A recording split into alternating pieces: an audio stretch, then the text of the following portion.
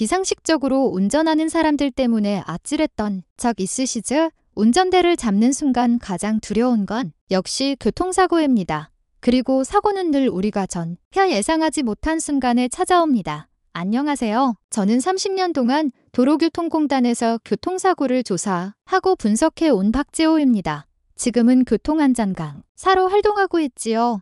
제가 수많은 현장에서 확신하게 된 게 있습니다. 도로 위에는 절대로 가까이에서는 안 되는 시한폭탄 같은 차량들이 있습니다. 뉴스나 블랙박스 영상을 보시면 아실 겁니다. 정말 억울하고 황당한 사고들이 매일같이 쏟아지고 있습니다. 사고가 한 번 나면 잘잘못을 떠나 남는 건 깊은 상처와 긴 트라우마뿐입니다. 그래서 오늘은 경찰도 보험도 지켜주지 못하는 도로 이 시한폭탄 차량 6가지를 알려드리겠습니다. 이 차량들의 특징과 위험성을 알아두신다면 불필요한 사고와 억울한 피해를 피하고 무엇보다 내 가족을 지킬 수 있습니다. 이 영상이 도움이 되신다면 구독과 좋아요, 알림 설정 부탁드리고 주변 분들에게도 꼭 공유해주세요. 그럼 지금부터 도로 위에서 절대 가까이 하지 말아야 할 차량들을 하나씩 살펴보겠습니다. 첫 번째로 피해야 할 차량은 불빛 하나 없는 국도에서 만나는 스텔스 차량입니다. 가로등도 드물고 양옆은 산과 논밭뿐인 어두운 길을 달리다 보면 이상한 기분이 들죠. 앞에 차가 있는데 뒤에 빨간 불빛이 보이지 않습니다.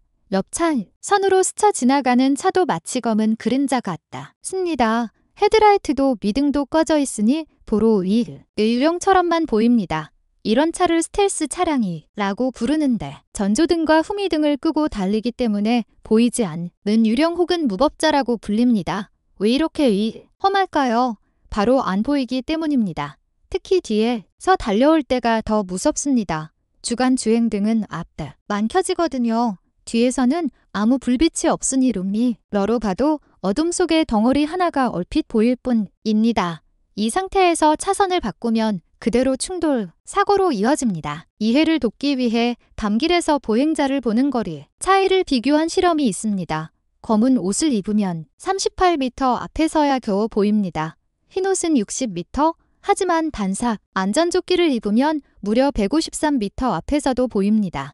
차량도 똑같습니다. 불빛이 없는 스텔스 차량은 마치 검은 옷을 입은 사람과 같아서 바로 앞에 와야 보이니 이미 피하기에는 너무 늦습니다. 반대로 전조등과 미등이 켜져 있다면 안전조끼처럼 훨씬 멀리서부터 다른 운전자의 눈에 들어옵니다. 그럼 스텔스 차량은 왜 생길까요? 첫째, 오토 라이트가 제대로 켜지지 않아서입니다. 해질 무렵, 비나 안개 낀 날, 터널이나 지하 주차장처럼 주변이 애매하게 밝을 때 자동등은 반응이 늦습니다. 둘째, 착각 때문입니다.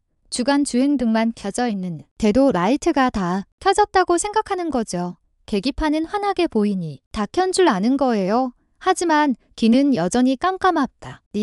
셋째, 스위치를 잘 몰라서입니다.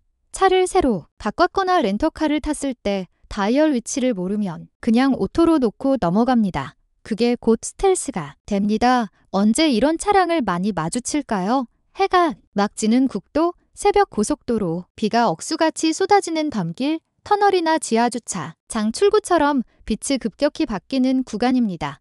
이럴 때 갑자기 불빛 없는 차가 옆에 나타나면 가슴이 철렁합니다. 만약 스텔스 차량을 마주쳤다면 이렇게 대처하세요. 첫째, 속도를 줄이고 거리를 벌리세요. 브레이크를 부드럽게 밟아 속도를 10에서 20km 줄이면 차간 거리가 넉넉해집니다. 둘째, 앞차가 스텔스라면 경적을 짧게 올리거나 상향등을 살짝 켜서 알려주세요. 목적은 알려주는 것이지 혼내는 게 아닙니다. 셋째, 뒷차가 스텔스라면 우측 차로로 피해주는 게 가장 안전합니다. 추월은 직선 구간, 넓은 공간, 낮은 속도에서만 하세요. 도로가 한산하고 안전할 때라면 옆 차선으로 붙은 내 전조등을 잠깐 껐다 켜는 방법도 있습니다. 당신 불빛이 꺼져 있다는 무언의 신호죠.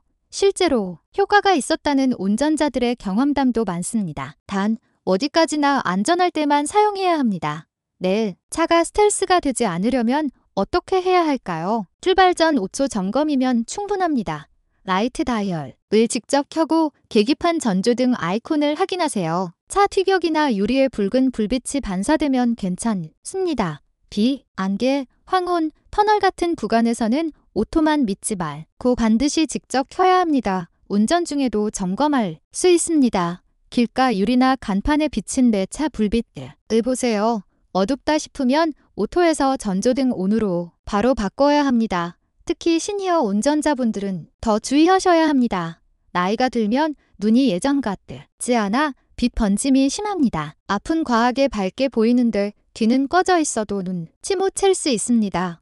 그래서 유리창은 안쪽까지 자주 닦아야 하고 웨이퍼 고무는 1년에 한 번 바꿔 주셔야 합니다. 실내등은 주행 중 꺼두는 게 좋고 피곤하면 속도를 줄이고 휴게소에서 쉬어가셔야 합니다. 마지막으로 꼭 기억하세요. 밤에는 오토만 믿지 말고 직접 전조등을 켜십시오. 이 작은 습관 하나가 여러분과 가족의 생명을 지켜줍니다. 두 번째로 피해야 할 차량은 보험 사기 차량입니다. 좁은 도로에서 앞차가 천천히 가다가 갑자기 멈춥니다. 미처 속도를 줄이지 못한 뒷차가 툭 하고 부딪히죠. 차에서 내린 운전자는 기다렸다 다는 듯이 목을 잡습니다. 보험 처리해야 합니다. 라며 호들갑을 떱니다.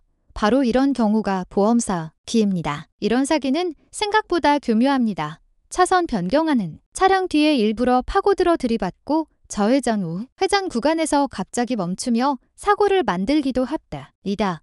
겉보기에는 평범한 접촉 사고처럼 보이지만 사실은 돈을 노린 고의적인 행동입니다. 최근에는 새로운 형태까지 등장했습니다. 바로 디쿵알바라고 불리는 수법입니다. 시니어 분들께는 조금 생소한 단어일 겁니다. 말 그대로 뒤에서 일부러 콩하고 들이받는 아르바이트라는 뜻입니다. 이들은 인터넷 카페, 나 SNS에 쉽게 돈 벌 수 있다. 렌터카만 있으면 된다 하고 젊은 층을 유혹합니다. 공모자를 모집해서 렌터카나 공유 차량을 타고 나와 뒤에서 일부러 사고를 내고 보험금을 타냅니다. 처음 듣기에 황당해 보이지만 이런 방식이 전국적으로 조직적으로 퍼지고 있습니다.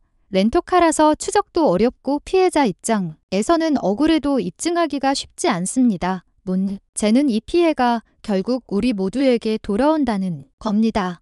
이런 사고로 보험금이 새어나가면 보험료는 전체 가입자에게 전가됩니다. 결국 성실한 운전자, 특히 꾸준히 보험을 유지해 온 시니어 운전자 분들의 부담이 늘어나는 거죠. 무엇보다 이런 범죄에 가담하면 본인도 형사 처벌을 받습니다. 쉬운 알바가 아니라 명백한 범죄 행위입니다. 그렇다면 어떻게 대처해야 할까요? 첫째, 수상한 차량을 만나면 먼저 거리를 두세요. 끼어드는 차량이 이상하게 바싹 붙으면 속도를 줄이고 양보하는 게 안전합니다. 둘째, 블랙박스를 반드시 장착하세요. 앞뒤는 기본이고 가능하다면 측면 차량도 되는 제품이면 더 좋습니다. 증거가 없으면 보험 사기는 이길 수 없습니다. 셋째, 사고가 났다면 침착하게 증거를 확보하세요. 장사진, 차량 번호, 목격자 연락처, 그리고 경찰과 보험사에 즉시 연락하는 것이 가장 중요합니다. 넷째, 디쿵 알바 같은 의심 사례를 목격하거나 직접 피해를 입었다면 경찰과 보험사에 바로 신고해야 합니다. 이런 범죄는 초기에 강력하게 대응해야 다른 피해자가 생기지 않습니다. 보험 사기 차량은 단순히 돈 문제가 아닙니다. 우리를 억울한 가해자로 만들고 더 큰 사고로 이어질 수도 있는 위험한 범죄입니다. 그러니 꼭 기억하세요. 수상하다 싶으면 피하고 사고 났다면 침착하게 증거부터 확보한다. 이 두 가지만 지켜도 억울하게 보험 사기의 희생양이 될까? 능성은 크게 줄어듭니다. 세 번째, 피해야 할 차량은 적재물 추락다 차량입니다. 고속도로를 달리다 보면 앞에 대형 물차가 있습니다. 철근, 판스프링, 박스가 가득 실려 있죠. 그런데 갑자기 짐칸에서 철제판 하나가 툭 하고 떨어집니다. 뒤에 오던 승용차는 피할 틈도 없이 그대로 들이받습니다. 차량은 크게 부서지고 탑승자는 크게 다칩니다.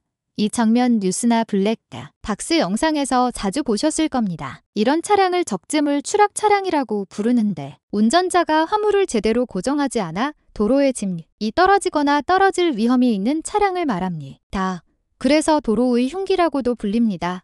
낙하물에 걸리면 타이어가 찢기거나 차체가 망가지는 건 기본입니다. 더 심각한 건 인명피해입니다. 실제로 13톤짜리 철코일이 떨어져 승합차를 덮치고 그 안에 있던 어린이가 숨진 사례도 있습니다. 고속도로에서 발생한 적재 물 추락 사고의 사망률은 일반 교통사고보다 무려 2배나 높습니다. 그렇다면 법은 어떻게 규정하고 있을까요? 운전자가 화물을 제대로 고정하지 않아 적재물이 떨어지면 범칙금 4만 원에서 5만 원과 벌점 15점이 부과됩니다. 하지만 여기서 사람이 다치거나 사망하면 단순 범칙금이 아니라 형사 처벌 대상이 됩니다. 적재물 사고를 예방하려면 어떻게 해야 할까요? 첫째, 화물차 운전자는 반드시 짐을 단단히 고정해야 합니다. 덮개나 그물망, 끈 등을 이용해 확실히 묶고 물건은 높게 쌓지 않아야 합니다. 둘째, 일반 운전자도 주의가 필요합니다. 앞에 과적 차량이 짐이 위태로워 보이는 차량이 있으면 즉시 안남, 전거리를 넉넉히 두고 가능하면 차선을 바꿔 멀리 떨어져야 합니다. 특히 고속도로에서는 최소 100m 이상 거리를 두는 게 안전합니다. 셋째, 악천후 때는 더 주의해야 합니다. 강한 바람이나 안개가 불면 덮개가 쉽게 들리거나 끈이 풀려 화물이 떨어질 수 있습니다. 이럴 땐 가급적 고속도로 주행을 자제하는 게 좋습니다. 혹시 도로에서 낙하물을 보셨거나 재물이 불안한 차량을 발견했다면 즉시 신고해야 합니다. 고속도로에서는 한국도로공사 콜센터 1588-2404번으로, 일반 도로에서는 안전신문고 앱을 통해 신고할 수 있습니다. 자동차 교통위반 항목으로 간단히 접수하면 됩니다. 저는 개인적으로 고속도로에서 화물차가 보이면 무조건 차선을 바꿔 멀리 떨어집니다. 아무리 운전을 잘해도 앞차 짐이 떨어지는 순간에는 방법이 없기 때문입니다. 운전 실력보다 중요한 건 위험을 미리 피하는 겁니다.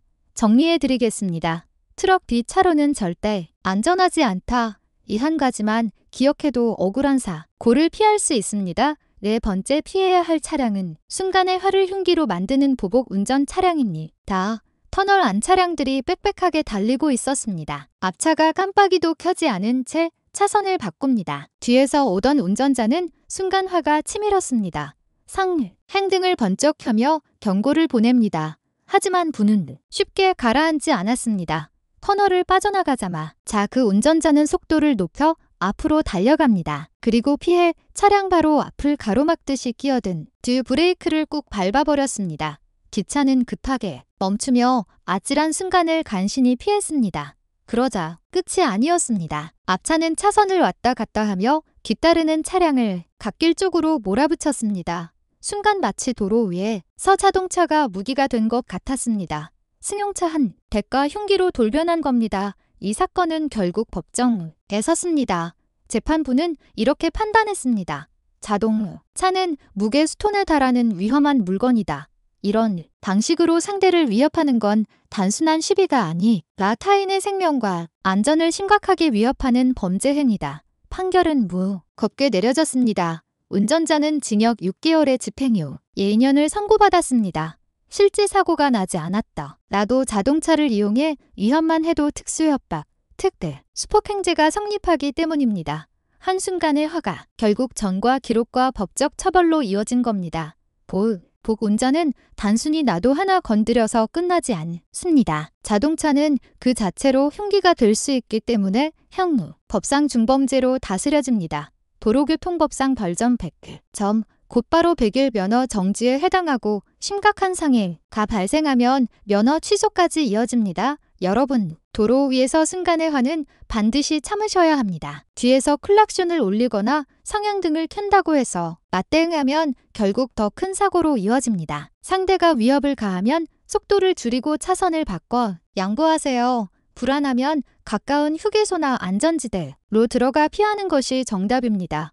혹시 보복 운전을 당하셨다면 덱시비에 신고하고 블랙박스 영상을 제출하세요. 또는 국민신문고 스마트 국민제보 앱을 통해서도 신고할 수 있습니다. 법은 반드시 보복 운전자를 처벌합니다. 정리하겠습니다. 보복 운전은 단 한 번의 행위로도 범죄가 되고 형사처벌로 이어진다. 억울한 피해를 당했다면 즉시 신고하고 증거를 남겨야 한다. 이 두 가지만 기억해도 도로 위에서 불필요한 위험을 크게 줄일 수 있습니다. 5번째 피해야 할 차량은 불법 튜닝 차입니다. 밤길을 달리다 보면 맞은편에서 차 한 대가 다가옵니다. 그런데 순간 눈앞이 번쩍하고 약해 가려집니다. 강한 불빛 때문에 시야가 사라지고도 로 중앙선조차 제대로 보이지 않습니다. 앞차를 나가도 불편하기는 마찬가지입니다. 룸미러 속에 비친 눈부신 불빛이 눈을 찌르듯 들어와 앞이 흐려집니다. 운전대를 잡고 있는 손에 힘이 들어가고 잠깐의 눈부심이 큰 사고로 이어질 뻔합니다. 이런 차들이 바로 불법 튜닝 차량입니다. 헤드라이트를 법적 기준보다 훨씬 밝게 개조하거나 색깔을 바꿔 도로 위를 휘젓는 차량이죠. 겉으로 보기엔 멋있어 보일지 몰라도 마주오는 운전자에겐 공포 그 자체입니다. 특히 불법 HID, LED 튜닝은 빛이 퍼져나가며 눈부심을 심하게 만듭니다. 맞은편 차량뿐 아니라 앞차 롱미러까지 비추어 운전자 이 시야를 빼앗습니다. 실제로 이런 불법 튜닝 차량 때문에 2차 추돌 사고가 일어난 사례도 많습니다. 문이 부셔 잠깐 고개를 돌린 사이 앞차가 멈춘 걸 보지 못해 부딪히는 겁니다. 순간의 눈부심이 수십 년 사고 운전 경력을 한순간에 끊어버릴 수 있는 겁니다. 법은 이런 행위를 엄격히 금지합니다. 자동차 관리법상 허용 범위를 벗어난 불법 튜닝은 1년 이하 징역이나 1천만 원 이하 벌금에 처해질 수 있습니다. 불법 튜닝 차량이 적발되면 원상복구 명령은 물론이고 과태료도 부과됩니다.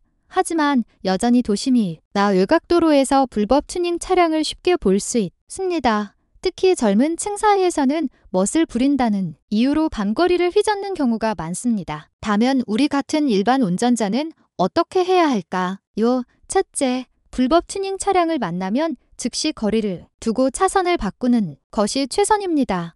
눈이 부신 상태에서는 작은 실수도 큰 사고로 이어집니다. 둘째, 불빛이 너무 강해 운전이 어렵다면 잠시 속도를 줄이고 필요하면 길이나 휴게소에서 쉬어가세요. 눈이 적응할 시간을 주는 게 안전합니다. 셋째, 반복적으로 위험을 느낀다면 국민신문고 앱이나 경찰청 교통민원 시스템을 통해 신고할 수 있습니다. 사진이나 블랙박스 영상을 제출하면 불법 튜닝 차량을 단속할 수 있습니다. 저는 이런 차량을 만나면 반드시 거리를 둡니다.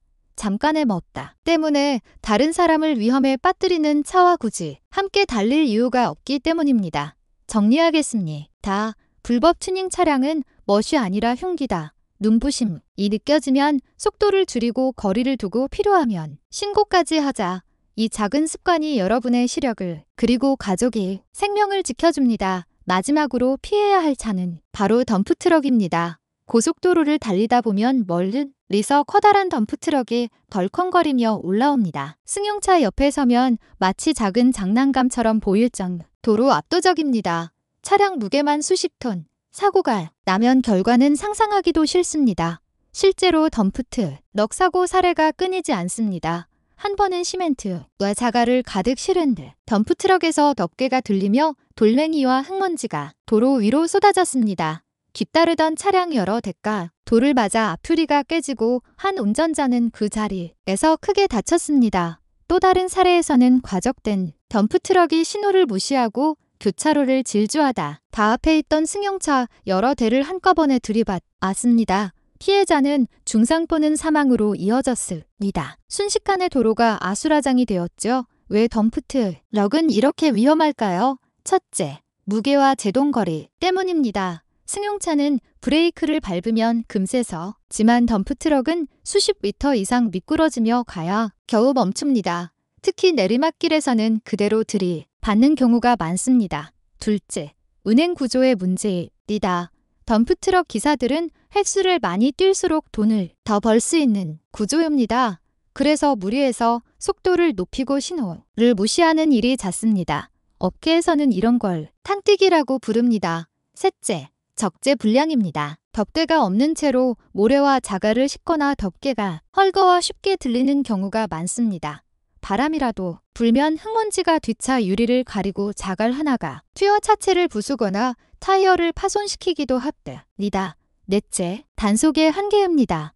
법적으로는 과적, 덮개 미설치, 적재 불량이 단속 대상이지만 실제로 현장에서 잡아내기는 어렵습니다. 벌금도 크지 않아 사고를 막기엔 역부족입니다. 그렇다면 우리 같은 일반 운전자는 어떻게 해야 할까요? 첫째, 덤프트럭은 차에서는 무조건 거리를 두세요. 뒤에 있으면 앞이 가려지고 옆에 있으면 작은 움직임에도 측면 충돌이 날 수 있습니다. 가능하다면 차선을 바꿔 멀리 떨어지세요.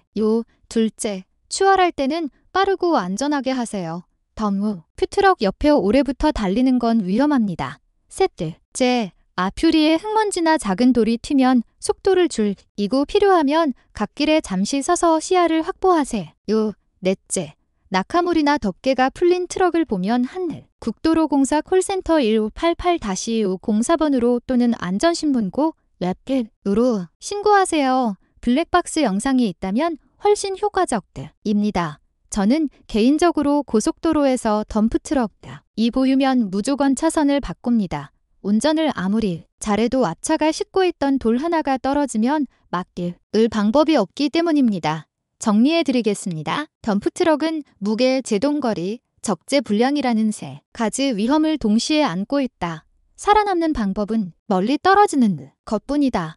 이 작은 습관 하나가 여러분과 가족이 생명을 지키는 가장 확실한 방법입니다. 오늘 다 말씀드린 차량들을 다시 떠올려 보십시오. 불빛들 없는 스텔스 차량, 고의로 사고를 만드는 보험사, 기차량, 짐을 흘리며 달리는 적재물 추락 차량, 순간의 화로 흉기가 되는 보복 운전 차량, 눈부심으로 시야를 빼앗는 불법 튜닝 차량, 그리고 도로 위험물 덤프트럭까지. 이 차량들의 공통점은 단 하나입니다. 내가 잘못하지 않아도 내가 법을 지켜도 언제든 피해자가 될 수 있다는 사실입니다. 안타깝게도 지금의 법과 제도로는 이 모든 사고를 미리 막기 어렵습니다.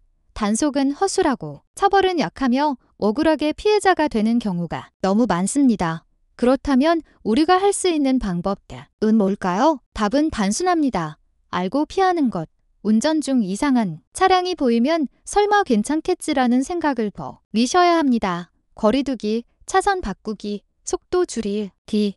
이 세 가지만 습관으로 가져도 대부분의 억울한 사고는 피할 수 있습니다. 그리고 하나 더, 블랙박스는 필수입니다. 앞뒤는 기본이고 가능하다면 측면까지 촬영되는 제품이 좋습니다. 증거가 있어야 억울한 상황을 막을 수 있습니다. 저는 현장에서 수많은 사고를 보며 깨달았습니다. 안전 운전은 운전 실력이 아니라 위험을 미리 피하는 습관에서 나온다는 사실입니다. 여러분, 내 가족과 손주를 지키는 가장 확실한 방법은 오늘 말씀드린 차량들을 기억하고 가까이 하지 않는 것입니다.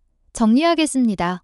도로 위 시한폭탄은 피해 가는 게 최선이다. 위험 차량을 만나면 속도를 줄이고 차선을 바꾸고 거리를 두자. 이 작은 습관이 여러분의 생명을 그리고 사랑하는 가족의 미래를 지켜줍니다. 오늘 내용이 도움이 되셨다면 구독과 좋아요, 알림 설정 부탁드립니다. 오늘 영상에서 나온 차량 6가지 꼭 기억하시고 주변에도 알려주세요. 다음에도 안전 운전에 꼭 필요한 이야기로 찾아뵙겠습니다. 감사합니다.